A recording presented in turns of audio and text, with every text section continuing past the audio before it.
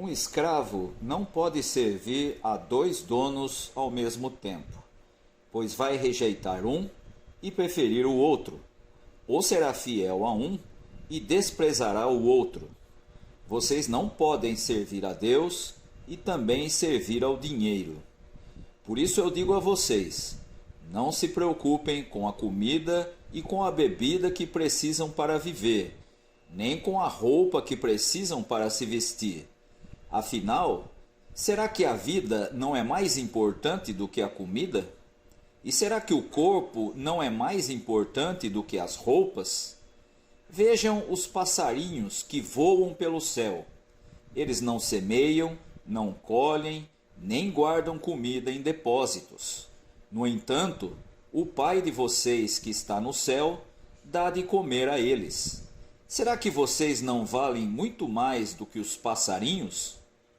E nenhum de vocês pode encompridar a sua vida por mais que se preocupe com isso. E por que vocês se preocupam com roupas? Vejam como crescem as flores do campo. Elas não trabalham nem fazem roupas para si mesmas. Mas eu afirmo a vocês que nem mesmo Salomão, sendo rico, usava roupas tão bonitas como essas flores. É Deus quem veste a erva do campo, que hoje dá flor e amanhã desaparece, queimada no forno. Então, é claro que ele vestirá também vocês, que têm uma fé tão pequena. Portanto, não fiquem preocupados perguntando: onde é que vamos arranjar comida? Ou onde é que vamos arranjar bebida? Ou onde é que vamos arranjar roupas? Pois os pagãos é que estão sempre procurando essas coisas. O Pai de vocês, que está no céu, sabe que vocês precisam de tudo isso. Portanto, ponham em primeiro lugar na sua vida o reino de Deus e aquilo que Deus quer, e Ele lhes dará todas essas coisas. Por isso, não fiquem preocupados com o dia de amanhã, pois o dia de amanhã trará as suas próprias preocupações. Para cada dia bastam as suas próprias dificuldades. O texto proposto pelo calendário litúrgico para a reflexão deste domingo traz parte do Sermão da Montanha, que se encontra nos capítulos 5 a 7 do Evangelho de Mateus. O tema do trecho que nós vamos analisar hoje é bastante atual, porque coloca de um lado a fidelidade a Deus ou a fidelidade à riqueza, ao dinheiro, algo que já acontecia na época de Jesus e ainda mais nos dias atuais. O texto começa com a afirmação de que não se pode servir a dois senhores, ou seja, a fidelidade dividida acaba se tornando um privilégio de um dos senhores em detrimento do outro. É impossível agradar aos dois ao mesmo tempo. Sempre vai haver o privilégio de um em detrimento do outro. E um detalhe muito interessante nesse texto é que o opositor de Deus não é o diabo, como poderíamos se pensar, mas Mamon, ou seja, a riqueza, o Deus do dinheiro. Se nós pensarmos na compreensão atual que se tem a respeito de Deus, é natural que muita gente pense que o grande adversário de Deus é o diabo. Mas na pregação de Jesus, nós encontramos como grande inimigo, como o grande opositor de Deus, Mamon, a riqueza, o dinheiro. E veja, portanto, que não é uma luta contra o mal, mas uma questão de escolha consciente de servir a Deus, que dá vida em abundância, e não ao Deus Mamon, que é o Deus que divide, na época de Jesus, os bem-sucedidos e os mal-sucedidos, como acontece também na nossa época. E a conclusão lógica dessa oposição entre Deus e Mamon é percebermos que o acúmulo, que é tão valorizado nos nossos dias, aqui é entendido como idolatria ao dinheiro, como idolatria de Mamon. É preciso percebermos que Jesus está falando para um tipo de audiência muito diferente daquela que nós encontramos hoje nas igrejas ditas evangélicas. O ouvinte da pregação de Jesus, majoritariamente, eram pessoas ligadas ao campo, eram pessoas ligadas ao campesinato e, portanto, eram campesinos que tinham na sua vida sempre a preocupação com o que estava próximo, com aquilo que ia acontecer a seguir. Muito diferente do que acontece hoje, quando as pessoas fazem seus planos de longo e médio prazo.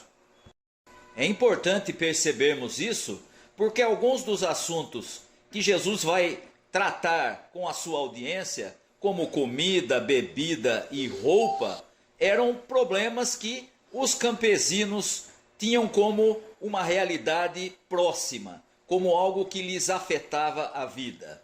Comida, bebida e roupa, diz Jesus, são necessárias, mas não podem ser prioridade de vida. Há quem viva em função dessas coisas. Há quem dedique muito tempo da própria vida em função de conseguir essas coisas e acaba por desprezar aquilo que realmente é importante. Nas palavras de Jesus, o corpo é mais importante do que comida e bebida. A vida é mais importante do que roupa, comida e bebida. E a explicação que Jesus vai dar é tomada da natureza, de algo que eles conheciam muito bem. E ele começa falando dos pássaros, que não têm recursos de uma pessoa, mas que Deus sustenta ainda assim. Não têm sequer consciência de que necessitam de algo, mas Deus cuida deles.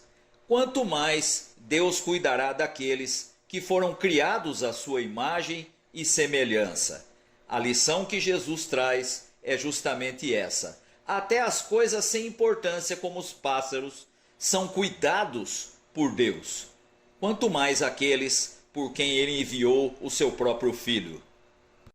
E a consequência de quem se dedica ou dedica a própria vida a essas coisas como comida, bebida e roupa, acaba sendo a ansiedade.